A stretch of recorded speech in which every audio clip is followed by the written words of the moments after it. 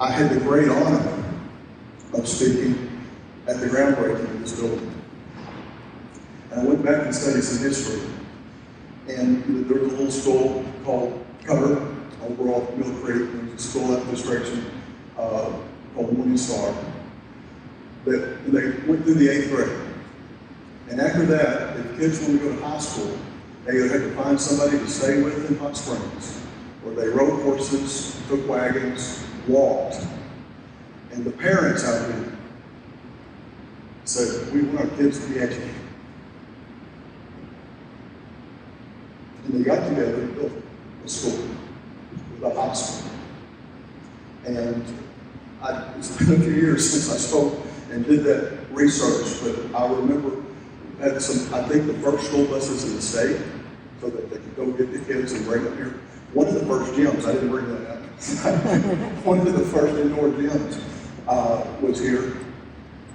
And I remember when I played on the first football team, and I remember, and those of us that played those first couple of years joke about it, and it's not really a joke about the scars that we had, and how we would literally, when we were getting tackled in practice, look for a place to fall without rocks.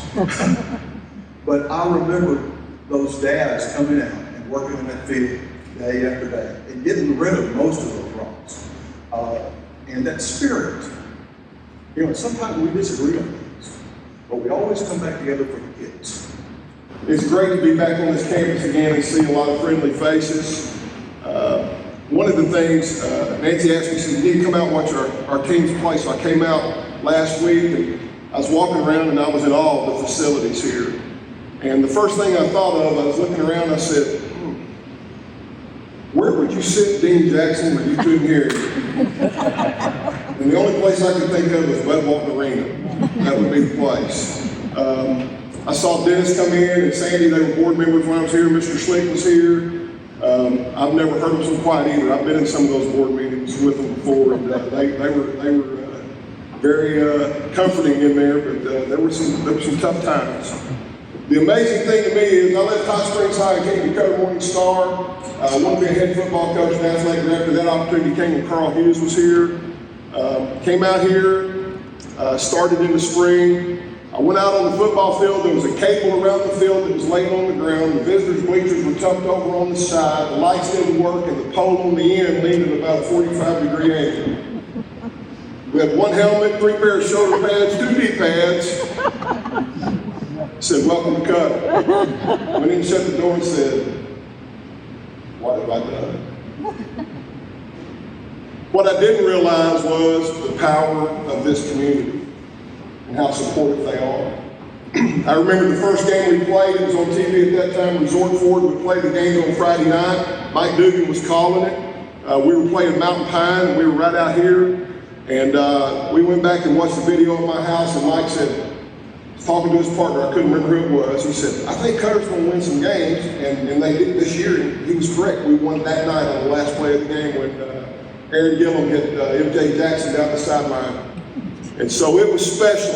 It was a time when the band started here, and our kids would run out and go face the band, starting that tradition, but it all went back to the investment of the people in this community. It was probably the best 8 years that I've been in education. I've been in a large school district, just retired from one that has 1,000 students. And bigger doesn't mean better, it just means bigger. And it was delightful to come back home. My wife would tell me, said, when you come back in town, don't hit the bypass, come by and go look at Cutter's facilities. I said, take a picture for me. She said, no, picture won't do it justice. So when I drove back in, I just stopped on the side of the road, walked over there. It brought a tear to my eye. It was special. And the field looked great. Looked over here, saw the new high school, hadn't been in here. Nancy invited me out for that. It was great, but this is just stuff.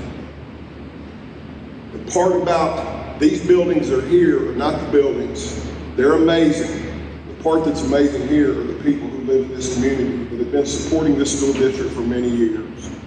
And I finished up going through 7 different school districts, and without question, I'm not telling you this because it's here tonight. I talked to a lot of former players that we had, saw some friendly faces in the audience tonight that are still around.